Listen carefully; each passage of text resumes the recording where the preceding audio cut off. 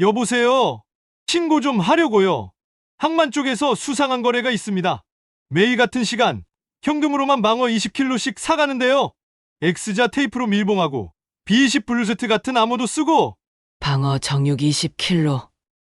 오늘도 0도에서 2도 맞춰주세요. 낡은 찻잔에 김이 오릅니다. 포항 북부도 가을바람이 차갑게 스치는 오후, 명성수산 가공실 창문 너머로 X자 테이프가 보입니다.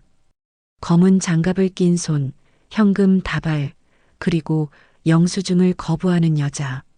사람들은 속삭입니다. 저 여자, 뭐 하는 거야?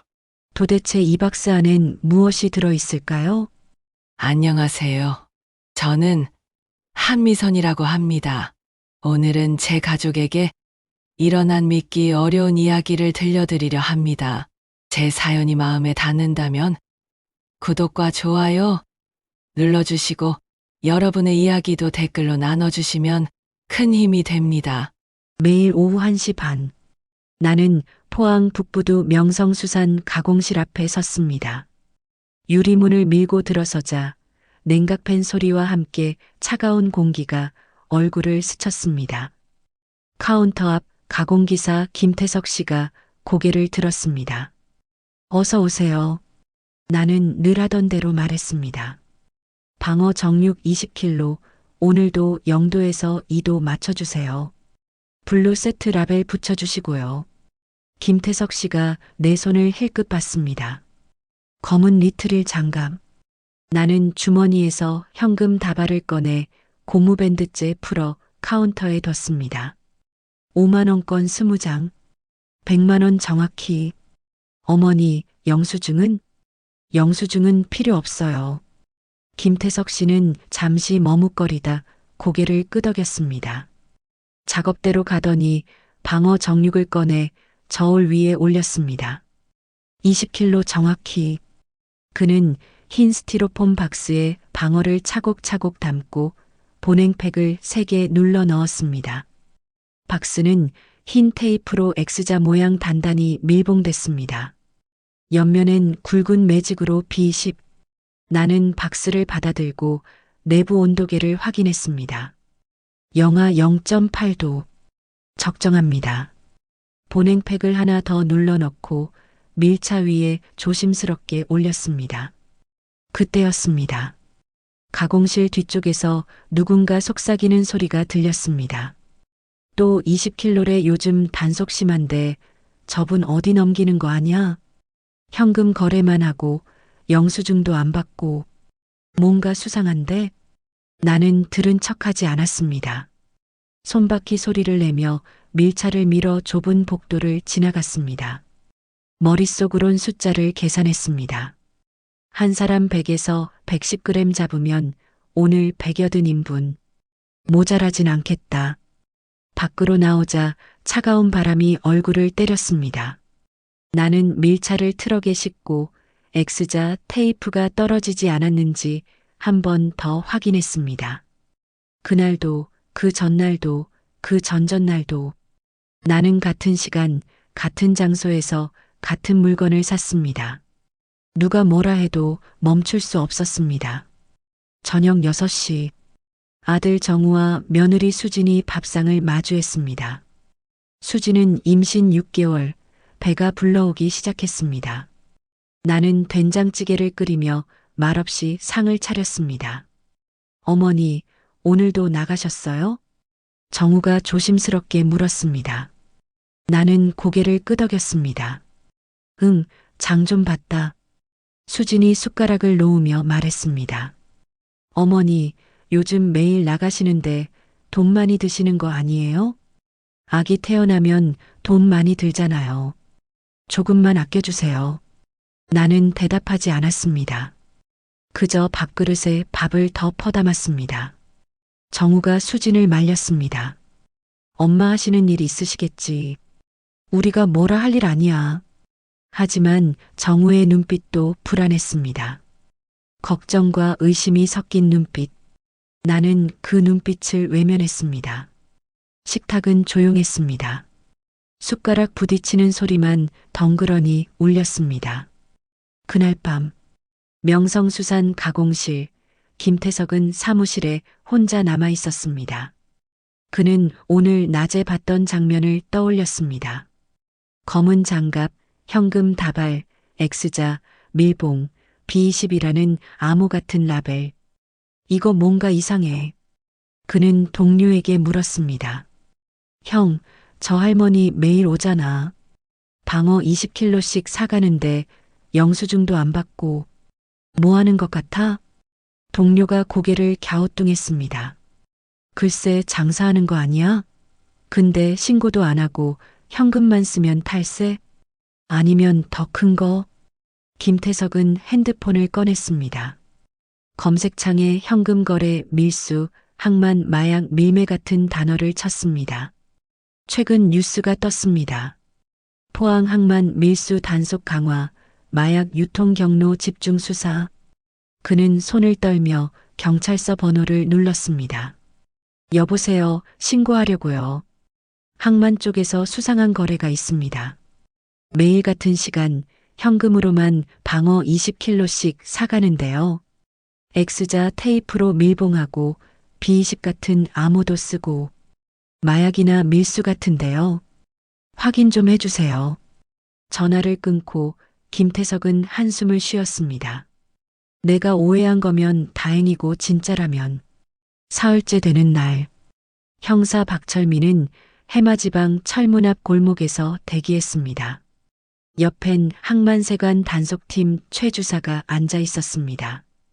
그들은 카메라를 들고 철문을 지켜봤습니다. 매일 같은 시간, 같은 장소입니다.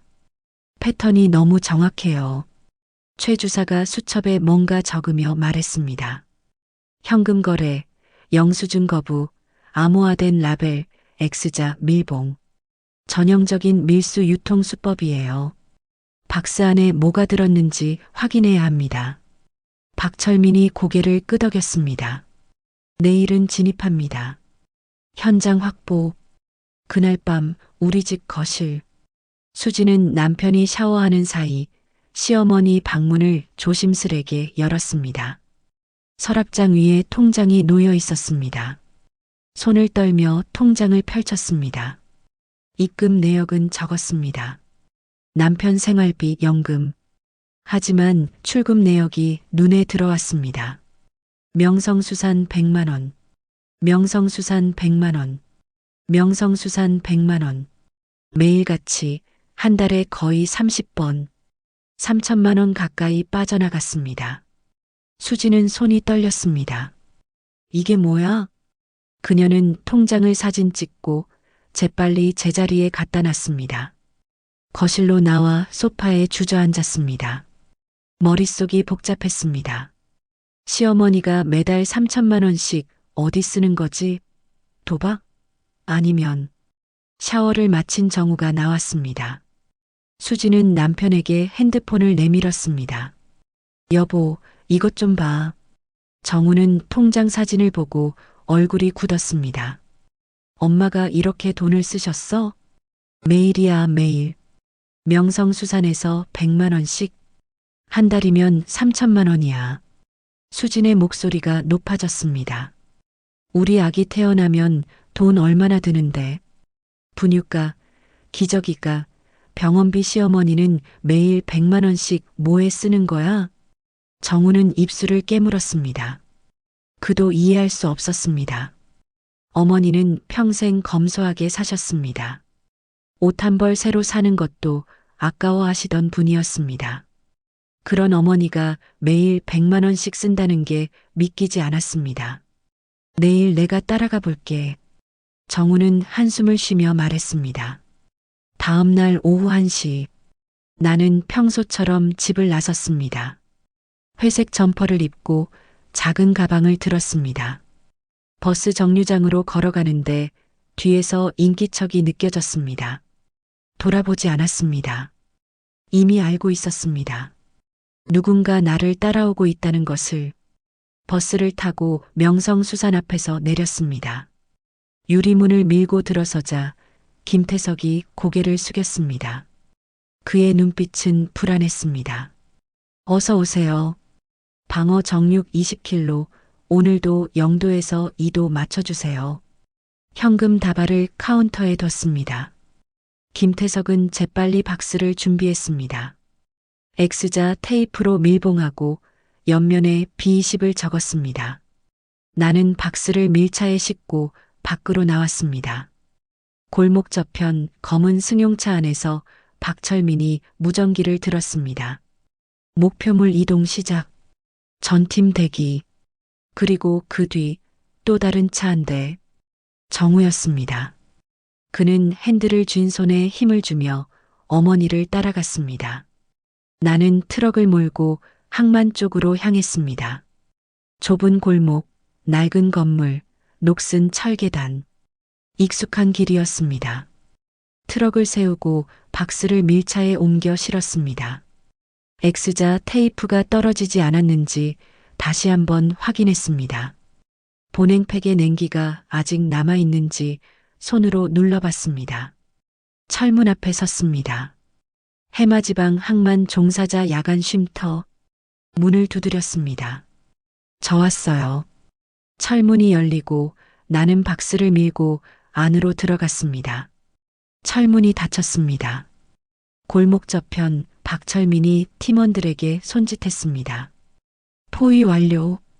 내일 오전 10시 현장 진입한다. 정우는 차 안에서 그 모습을 지켜봤습니다. 경찰이 어머니를 미행하고 있었습니다. 그의 심장이 빠르게 뛰었습니다.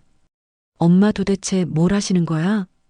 그날 저녁 집으로 돌아온 나는 평소처럼 저녁을 준비했습니다. 된장찌개를 끓이고 밥을 지었습니다. 정우와 수진이 밥상에 앉았습니다. 하지만 아무도 말하지 않았습니다. 정우는 어머니를 쳐다보지 못했습니다. 수진은 숟가락을 들었다 놨다 반복했습니다. 잘 먹겠습니다. 정우가 작게 말했습니다. 나는 고개를 끄덕였습니다. 식탁은 조용했습니다. 숟가락 소리만 덩그러니 울렸습니다. 수진이 참지 못하고 입을 열었습니다.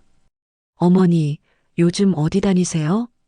나는 국그릇을 들며 대답했습니다. 장 보러 다닌다. 매일요? 매일 100만 원씩 뭘 사시는데요? 수진의 목소리가 떨렸습니다. 우리 아기 곧 태어나요. 돈 좀 아껴주세요. 제발이요. 정우가 수진의 손을 잡았습니다. 수진아, 그만. 하지만 정우의 눈빛도 같은 질문을 하고 있었습니다. 엄마, 도대체 뭘 하시는 거예요? 나는 밥그릇을 내려놓았습니다. 걱정 말거라. 내 돈이다. 어머니 돈이라도 저희가 걱정되잖아요. 수진의 목소리가 높아졌습니다. 혹시 누구한테 빌려주시는 거예요? 아니면 무슨 사업 하시는 거예요? 말씀 좀 해주세요. 나는 일어섰습니다. 내일은 내가 알아서 한다. 밥 먹어라. 방문을 닫았습니다. 거실엔 무거운 침묵만 남았습니다. 정우는 수진을 바라봤습니다. 수진은 눈물을 글썽였습니다. 여보, 시어머니 이상해. 경찰까지 따라다니는 거 봤잖아. 경찰? 응. 오늘 당신도 따라갔잖아. 나도 멀리서 봤어. 검은 차 2대. 하나는 당신, 하나는 경찰차 같았어. 정우는 고개를 떨어뜨렸습니다. 내일 확실하게 확인해야겠어. 그날 밤 나는 잠들지 못했습니다. 창밖을 바라보며 생각했습니다. 모두가 나를 의심하는구나. 경찰도 가족도. 하지만 멈출 수 없었습니다. 남편이 남긴 사람들.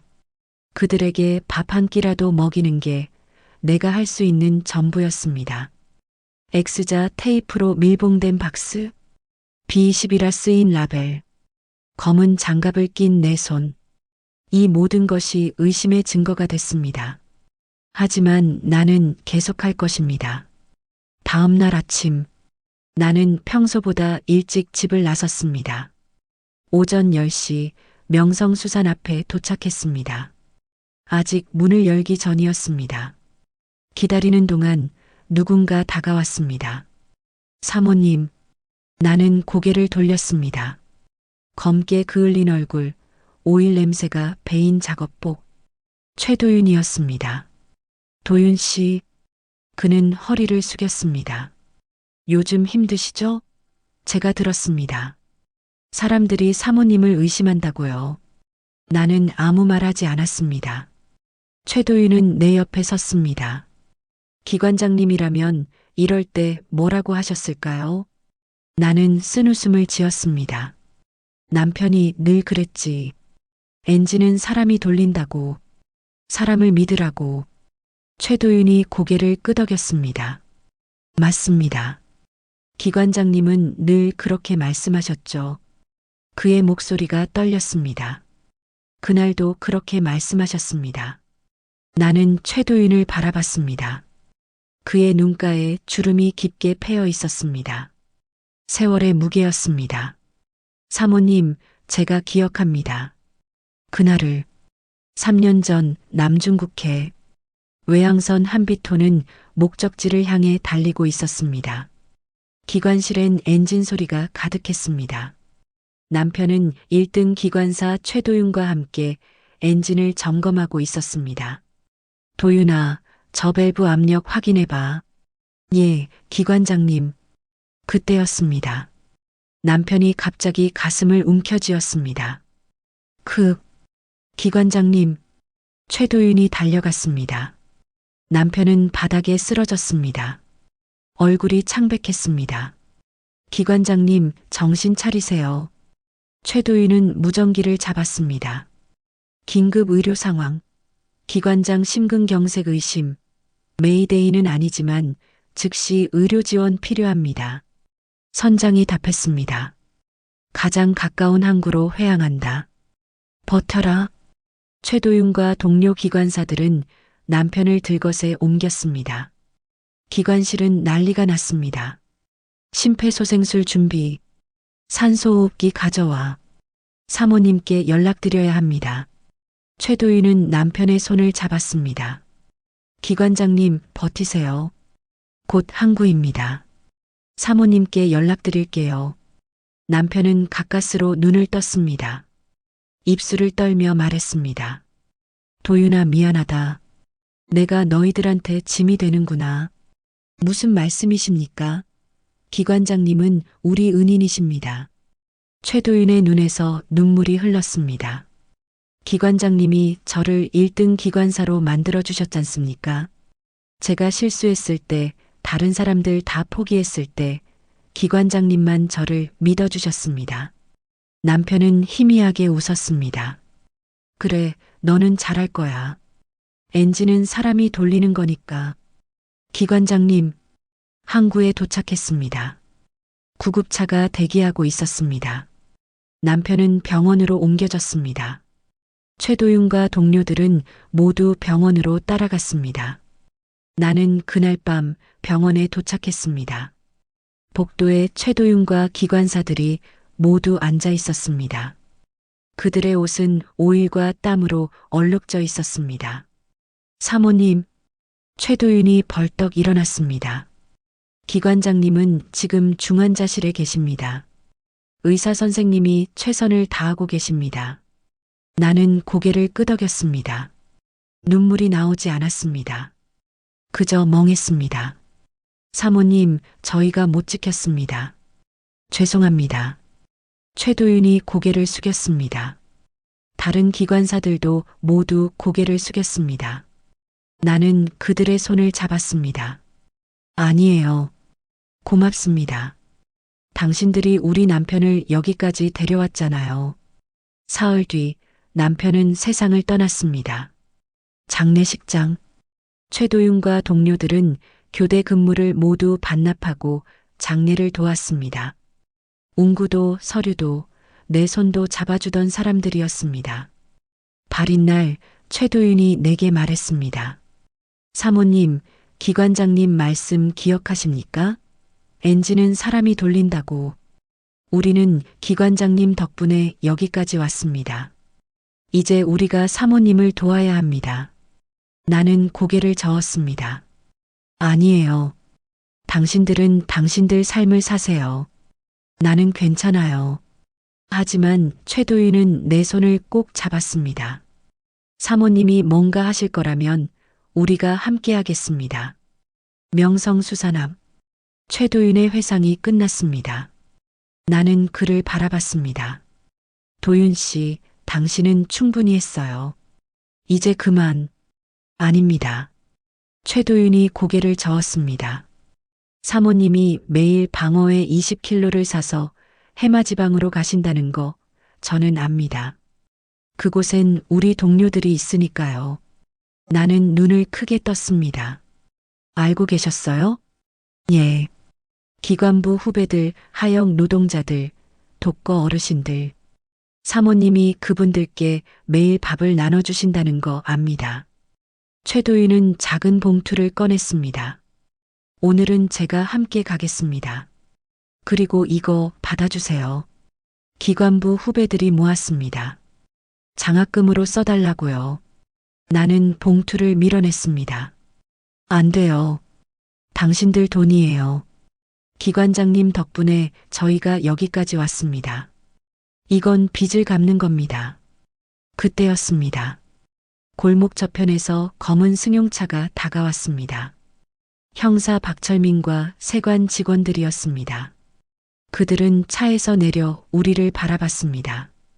저분은 누구십니까? 박철민이 최도윤을 가리켰습니다. 저는 최도윤입니다. 1등 기관사입니다. 1등 기관사가 왜 여기 있죠? 혹시 당신도 관련자입니까?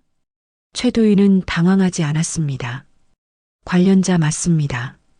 이분은 저희 기관장님 부인이십니다. 저는 기관장님께 받은 은혜를 갚고 있습니다. 박철민이 수첩을 꺼냈습니다. 은혜요? 구체적으로 설명해 보세요.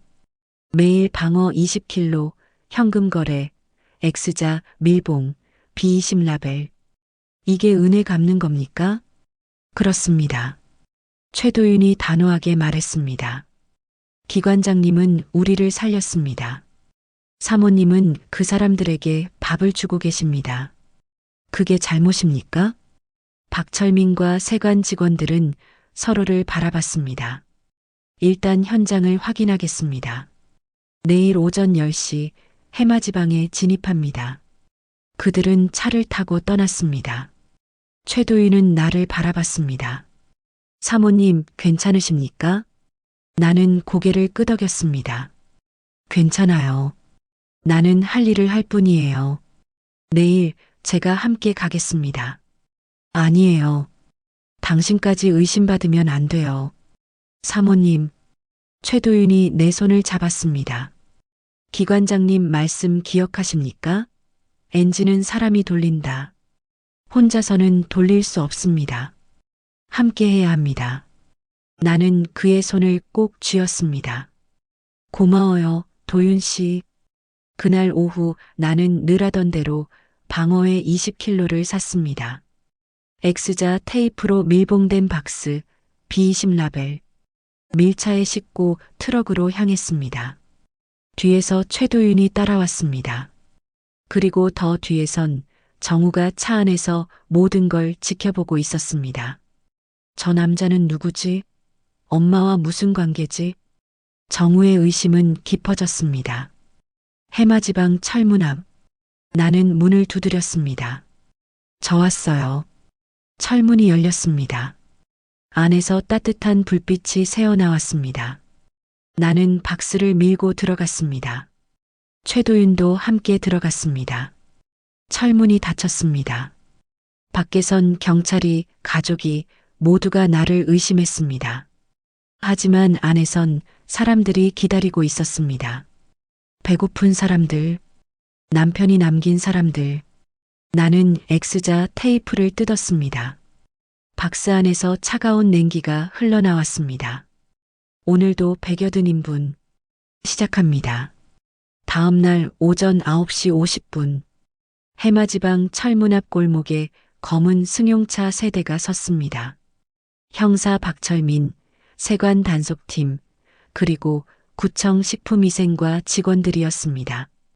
박철민이 팀원들에게 손짓했습니다. 현장 진입 준비.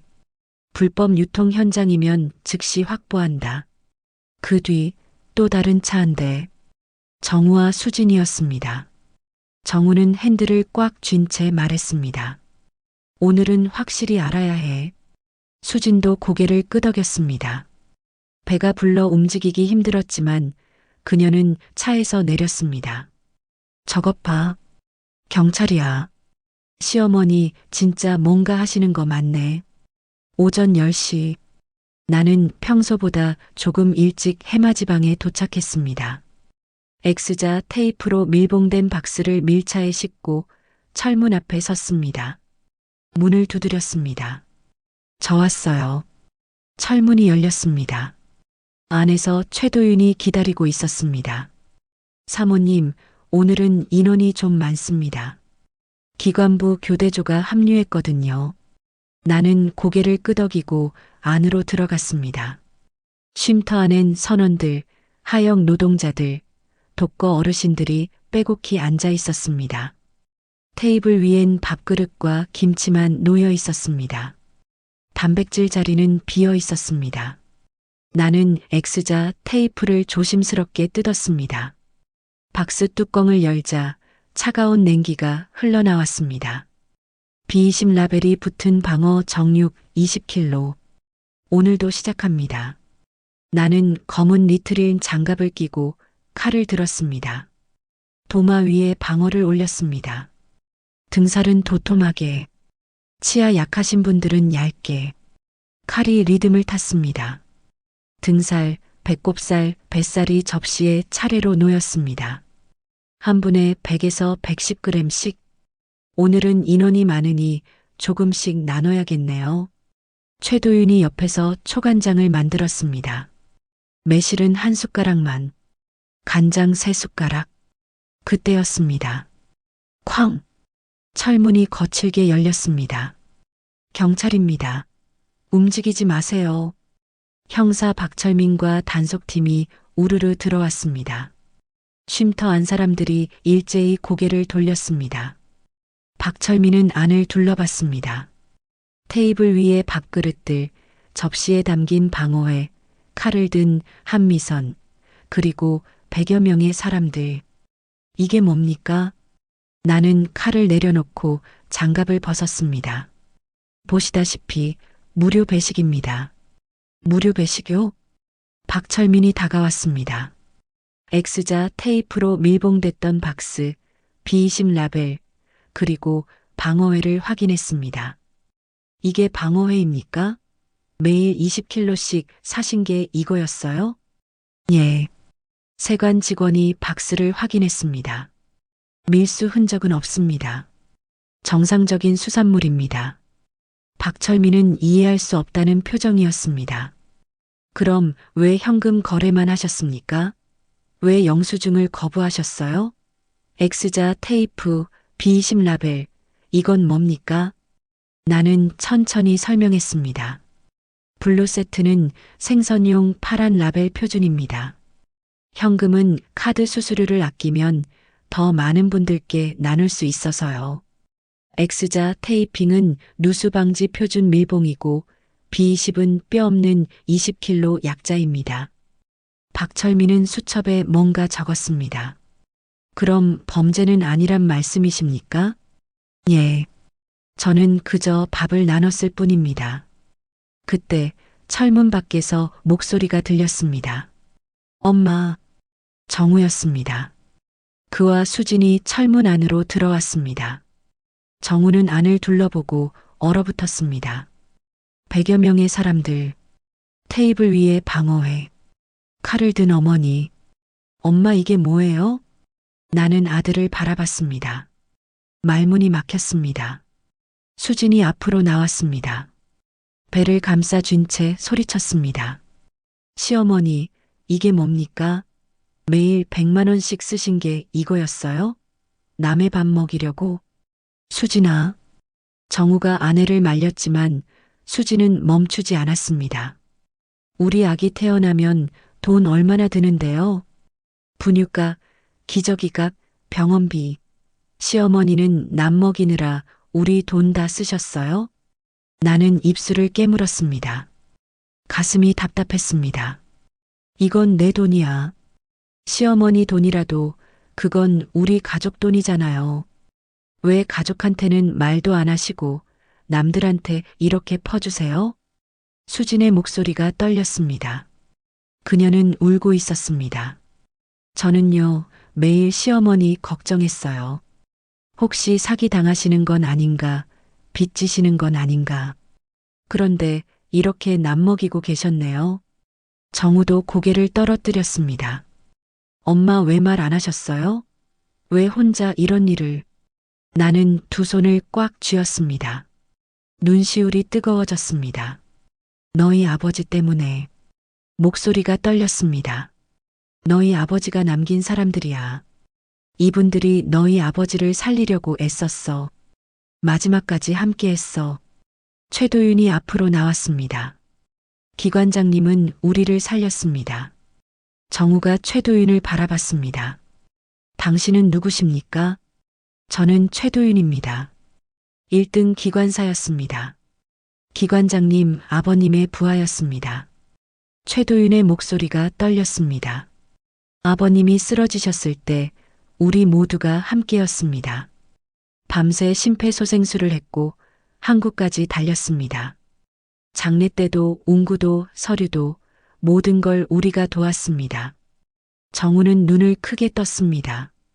그는 아버지의 장례식을 기억했습니다. 그때 함께였던 사람들, 오일 냄새 나던 작업복을 입은 사람들, 그때 그분들이, 예, 우리입니다. 최도윤이 고개를 숙였습니다. 사모님은 우리에게 빚진 게 없으십니다. 오히려 우리가 빚졌습니다. 기관장님이 우리를 살렸으니까요. 한 선원이 일어섰습니다. 기관장님은 제가 실수했을 때 저를 포기하지 않으셨습니다. 다른 선장들은 다 자르라고 했지만 기관장님만 믿어주셨어요. 또 다른 하역 노동자가 일어섰습니다. 저는 독거 어르신입니다. 보조금 끊기고 밥 한 끼 먹기 힘들었는데 사모님이 매일 이렇게 채워주십니다. 1명, 2명, 사람들이 일어서기 시작했습니다. 사모님 덕분에 오늘도 밥 먹습니다. 고기 한 점이 얼마나 소중한지 사모님이 알려주셨습니다. 나는 눈물을 참을 수 없었습니다. 처음으로 가족 앞에서 눈물을 보였습니다. 너희 아버지가 이 사람들을 살렸어. 그래서 나는 이 사람들에게 밥이라도 먹이고 싶었어. 정우는 어머니에게 다가갔습니다. 그의 눈에도 눈물이 고였습니다. 엄마 왜 말 안 하셨어요? 왜 혼자? 너희한테 짐 되고 싶지 않았어. 아기도 태어날 텐데 엄마가 돈 쓴다고 걱정시키고 싶지 않았어. 수지는 바닥에 주저앉았습니다. 그녀는 울고 있었습니다. 시어머니 죄송해요. 제가 오해했어요. 나는 며느리에게 다가가 그녀의 손을 잡았습니다. 아니야. 내가 걱정한 게 당연해. 나도 말했어야 했어. 박철민이 수첩을 덮었습니다. 밀수 의심 제보 확인차 관찰했습니다만 범죄 정황은 없습니다. 그때 구청 식품위생과 직원이 앞으로 나왔습니다. 현장 섭취 배식이면 임시 공공급식 신고 절차부터 같이 밟죠. HACCP 준수하시고 저온 운송 확인됐으니 위생수칙 체크리스트 드리겠습니다. 쉼터 담당자가 웃었습니다. 보조금 끊긴 뒤로 고기, 생선이 통 없었는데 이 어르신이 매일 채워주십니다. 합법적으로 운영할 수 있게 도와주세요. 정우는 X자 테이프로 밀봉됐던 박스를 바라봤습니다. B20 라벨, 검은 장갑, 모든 게 이해됐습니다. 엄마 아버지 이야기 저는 제대로 몰랐어요. 나는 아들의 손을 잡았습니다. 내 아버지는 좋은 사람이었어. 사람을 살리는 사람이었어. 그래서 나도 그렇게 살고 싶었어. 최도윤이 작은 봉투를 다시 꺼냈습니다. 사모님, 이제 우리도 함께 하겠습니다. 기관부 후배들 장학금 받아주세요. 그리고 오늘부터 저희가 서빙하겠습니다. 정우가 앞으로 나왔습니다. 저도 돕겠습니다. 어머니 혼자 하실 일이 아니잖아요. 수진도 눈물을 닦으며 고개를 끄덕였습니다. 저도요. 시어머니, 저도 배우고 싶어요. 나는 가족을 바라봤습니다. 아들, 며느리, 그리고 남편이 남긴 사람들. X자 테이프로 밀봉된 박스. 이제 그 안의 진실이 모두에게 전해졌습니다. 그날 오후, 형사와 단속팀이 떠난 뒤 쉼터엔 우리 가족과 최도윤, 그리고 선원들만 남았습니다. 테이블 위엔 아직 방어회가 남아 있었습니다. 정우가 조심스럽게 물었습니다. 엄마, 아버지 이야기 좀 더 들려주세요. 저는 아버지에 대해 아는 게 너무 없어요. 나는 의자에 앉았습니다. 오랫동안 꺼내지 못했던 이야기였습니다. 내 아버지는 사람을 믿는 사람이었어. 최도윤이 고개를 끄덕이며 말했습니다. 기관장님은 늘 그렇게 말씀하셨습니다. 엔진은 사람이 돌린다고, 기계가 아니라 사람이라고. 한 선원이 앞으로 나왔습니다. 젊은 청년이었습니다. 저는 박민수입니다. 기관장님이 저를 처음 뽑으셨어요. 제가 고등학교만 나와서 다들 안 뽑았는데 기관장님만 기회를 주셨습니다. 그는 눈시울을 붉혔습니다. 첫 항해 때 제가 밸브를 잘못 잠갔습니다. 엔진실에 물이 들어올 뻔했어요. 다른 선원들은 저를 내쫓으라고 했어요. 그런데 기관장님이 막으셨습니다. 나는 그 이야기를 기억했습니다. 남편이 전화로 말했던 그 청년이었습니다. 박민수가 계속 말했습니다. 기관장님이 그러셨어요. 사람은 실수로 배운다고, 넘어져 봐야 일어서는 법을 안다고. 그날부터 기관장님이 저를 직접 가르쳐 주셨습니다. 밤새도록 밸브 여는 법, 압력 보는 법, 엔진 소리 듣는 법. 그는 고개를 숙였습니다. 기관장님 덕분에 저는 지금 2등 기관사가 됐습니다. 제 인생을 바꿔주신 분입니다. 또 다른 선원이 일어섰습니다. 머리가 희끗한 중년 남자였습니다. 저는 김철호입니다. 기관장님과 20년을 함께했습니다. 그는 정우를 바라봤습니다. 아드님, 기관장님이 얼마나 자랑스러워 하셨는지 아십니까? 항해 중에도 늘 아드님 이야기만 하셨어요. 우리 아들 대학 갔다. 우리 아들 취직했다. 사진도 항상 지갑에 넣고 다니셨습니다. 정우의 눈에서 눈물이 흘렀습니다. 저는 아버지한테 잘해드린 게 없어요. 전화도 잘 안 받았고 명절에도 바쁘다고. 아니에요. 김철호가 고개를 저었습니다. 기관장님은 늘 행복해 하셨어요. 아들이 잘 자라줘서 건강해서 그것만으로도 충분하다고. 그게 아버지 마음이에요. 나는 지갑을 꺼냈습니다. 안에서 낡은 사진 한 장을 꺼냈습니다.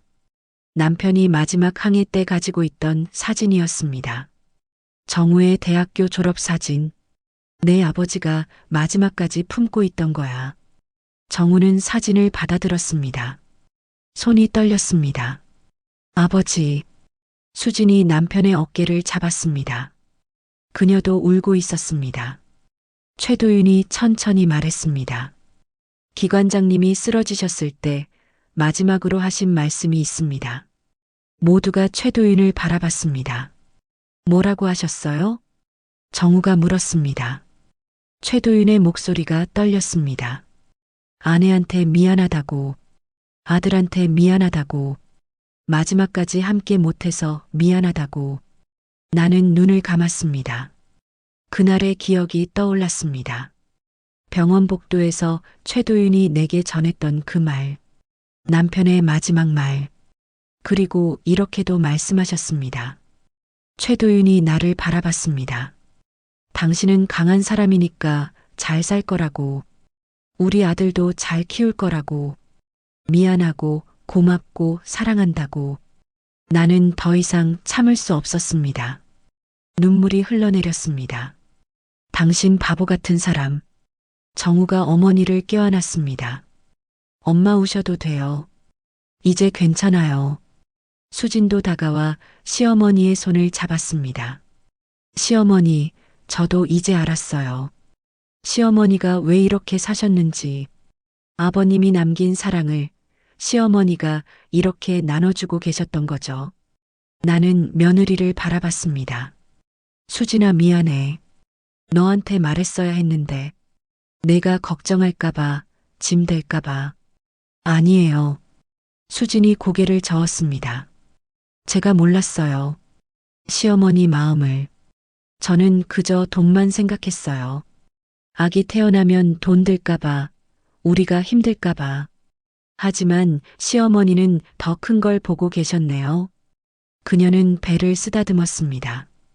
우리 아이한테도 들려주고 싶어요. 할아버지가 어떤 분이셨는지, 할머니가 어떻게 사셨는지. 그래서 우리 아이도 그렇게 살 수 있게. 최도윤이 앞으로 나왔습니다. 사모님, 이제 혼자 하지 마세요. 우리가 함께 합니다. 박민수가 말했습니다. 저도 매달 10만 원씩 보탤게요. 기관장님께 받은 은혜, 이렇게라도 갚고 싶습니다. 김철호도 고개를 끄덕였습니다. 우리 기관부 전체가 모금하겠습니다. 한 달에 한 번씩이라도 우리가 직접 서빙하겠습니다.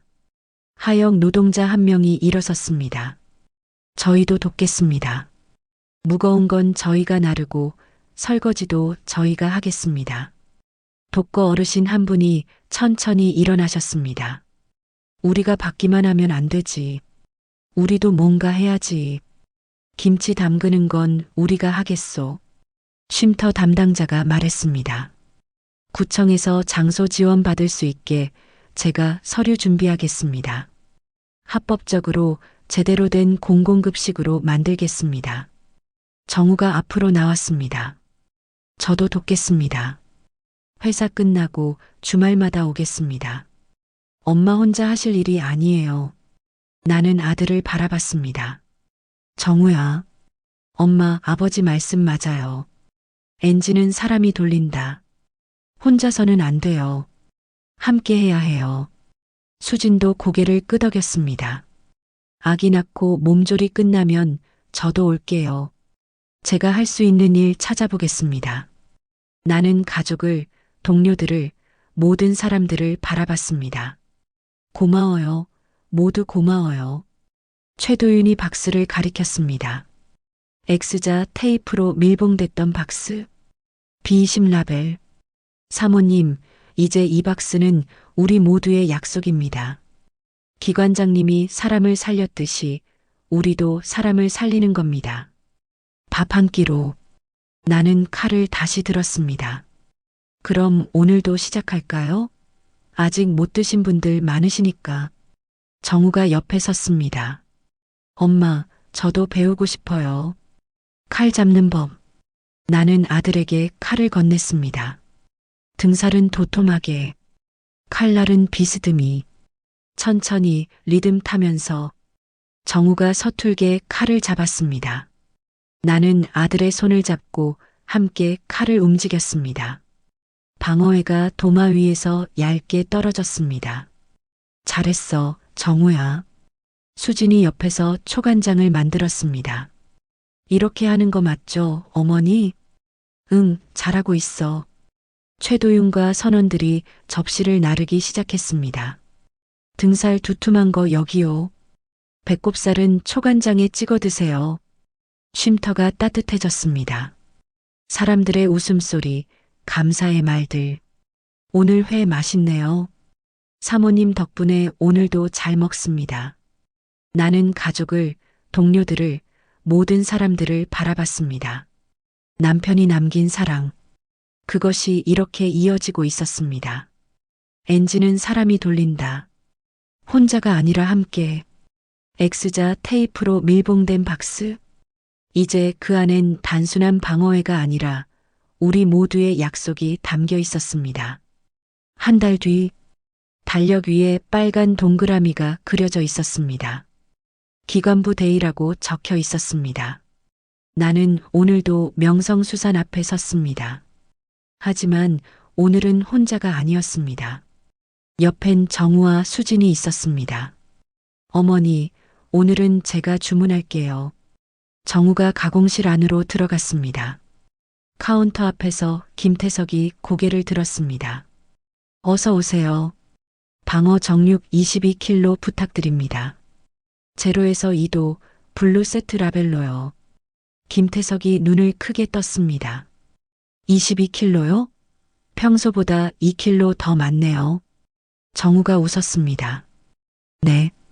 오늘은 기관부 데이라서 인원이 많을 것 같아요. 김태석은 고개를 끄덕이고 작업에 들어갔습니다. 방어 정육을 저울에 올리고 보냉팩을 넣고 X자 테이프로 단단히 밀봉했습니다. 옆면엔 B20이라고 적었습니다. 박스를 건네며 김태석이 조심스럽게 말했습니다. 저 그때 일은 정말 죄송했습니다. 제가 오해해서. 나는 그의 손을 잡았습니다. 아니에요. 태석 씨가 염려해 준 거잖아요. 고마워요. 김태석이 허리를 숙였습니다. 앞으로 위생 관리는 제가 책임지겠습니다. 온도 로그도 제가 매일 확인해서 보내드릴게요. 그리고 이거. 그는 작은 봉투를 꺼냈습니다. 저도 조금이나마 보태고 싶습니다. 많지 않지만 매달 보낼게요. 나는 봉투를 돌려주려 했지만 김태석이 손을 저었습니다. 받아주세요. 제가 할 수 있는 일입니다. 정우가 박스를 밀차에 실었습니다. 수진이 옆에서 보냉팩이 제대로 들어갔는지 확인했습니다. 어머니, X자 테이프 제대로 붙었어요. 이제 출발할까요? 우리는 함께 트럭에 탔습니다. 항만 쪽으로 향했습니다. 해마지방 앞에 도착했을 땐 이미 많은 사람들이 기다리고 있었습니다. 최도윤과 기관부 동료들, 선원들, 하역 노동자들, 독거 어르신들. 최도윤이 다가왔습니다. 사모님, 오늘은 기관부 교대조 전원이 왔습니다. 밤 근무 인원까지 합치면 190명 정도 됩니다. 그럼 오늘 22kg로 충분하겠네요. 철문을 열고 안으로 들어갔습니다. 테이블 위엔 밥그릇과 김치, 그리고 어르신들이 담그신 무김치까지 놓여 있었습니다. 어르신들이 새벽부터 김치 담그셨어요. 쉼터 담당자가 말했습니다. 나는 X자 테이프를 조심스럽게 뜯었습니다. 박스 뚜껑을 열자 차가운 냉기가 흘러나왔습니다. B12 라벨. 오늘도 시작합니다. 정우가 옆에 섰습니다. 위생모를 고쳤으며 칼을 들었습니다. 어머니, 오늘은 제가 썰어볼게요. 나는 아들을 바라봤습니다. 한 달 전만 해도 칼 한 번 안 잡아봤던 아이가 이제 제법 익숙하게 칼을 잡았습니다. 등살은 도톰하게 맞죠? 응, 잘하고 있어. 수지는 옆에서 초간장을 만들었습니다. 매실은 한 숟가락만. 간장 3숟가락. 맞죠, 어머니? 그래, 간은 짧게. 사람 이야기는 길게. 최도윤과 선원들이 접시를 나르기 시작했습니다. 하역 노동자들은 설거지 준비를 했습니다. 어르신들은 김치를 더 담았습니다. 모두가 함께였습니다. 배식이 시작됐습니다. 접시가 빠르게 비어갔습니다. 등살 두툼한 거 한 점만 더요. 치아 약해도 이건 잘 넘어가네요. 오늘 회 맛있습니다. 정우가 회를 썰며 말했습니다. 엄마, 이렇게 하니까 아버지 생각이 나요. 아버지도 이렇게 사람들을 도우셨겠죠? 나는 고개를 끄덕였습니다. 그래. 내 아버지는 늘 그랬어. 사람을 먼저 생각하는 사람이었어. 수진이 접시에 회를 담으며 배를 쓰다듬었습니다. 우리 아이한테도 들려줄 거예요.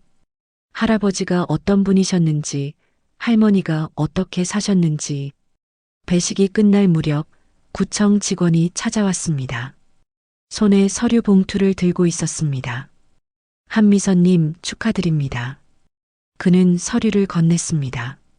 임시 공공급식 신고 수리됐습니다. 이제 합법적으로 운영하실 수 있습니다. 나는 서류를 받아들었습니다. 임시 공공급식 신고 수리. 공식 도장이 찍혀 있었습니다. 구청 직원이 또 다른 서류를 꺼냈습니다. 그리고 이건 다음 달부터 시작될 이동형 항만 밥차 시범 운영 안내입니다. 초기 장비 지원받으실 수 있어요. 냉장 보관함, 조리기구, 위생시설까지. 쉼터 담당자가 웃었습니다. 이제 제대로 된 급식소가 되는 거네요. 수협팀장도 함께 왔습니다. 아이스박스, 소독제 지원하겠습니다. 기생충 검수표도 매달 드릴게요. 그리고 이건 시장 상인회에서 보내신 겁니다. 그는 상자 하나를 내밀었습니다. 무, 미역, 쌀입니다. 매달 보내드릴 거예요. 중앙시장 상인회장이 고개를 숙였습니다. 괜한 오해를 했습니다. 이렇게라도 보답하고 싶습니다. 나는 모든 분들께 인사했습니다. 감사합니다. 모두 감사합니다. 최도윤이 앞으로 나왔습니다. 사모님, 이제 우리도 정식으로 함께합니다. 한 달에 한 번 기관부 데이.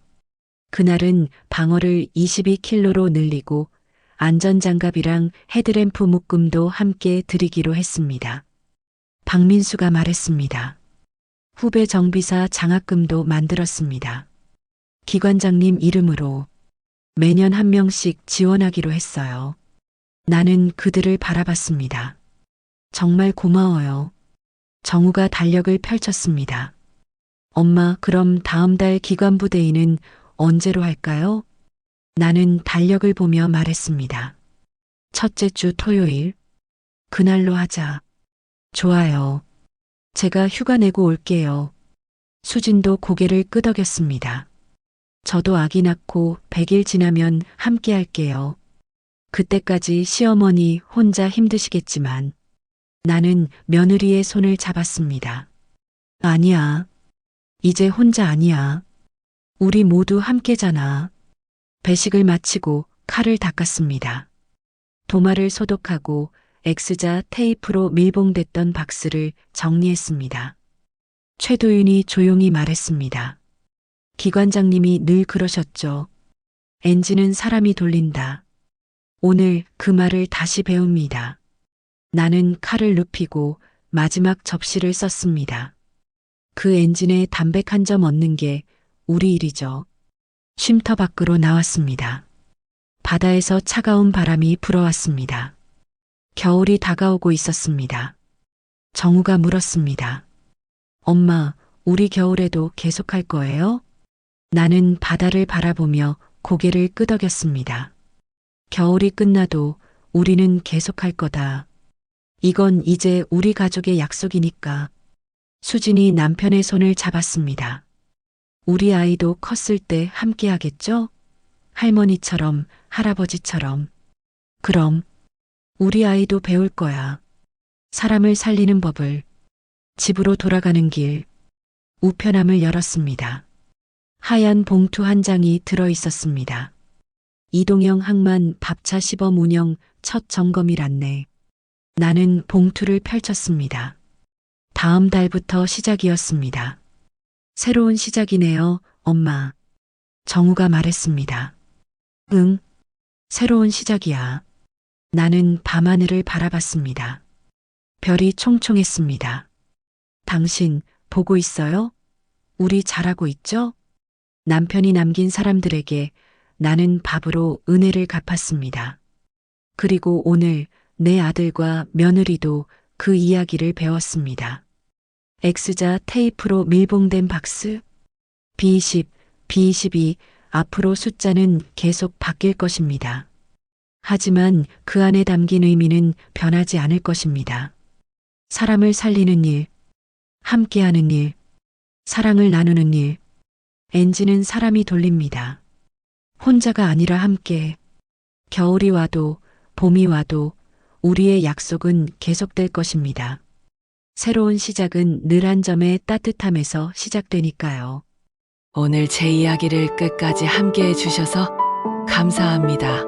혹시 여러분도 비슷한 기억이나 마음속 깊은 사연이 있으시다면 댓글로 나눠주시면 함께 공감하며 위로가 될 것 같습니다.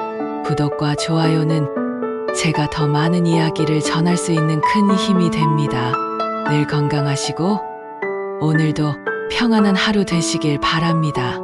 어디에서 듣고 계신지도 알려주시면 감사하겠습니다.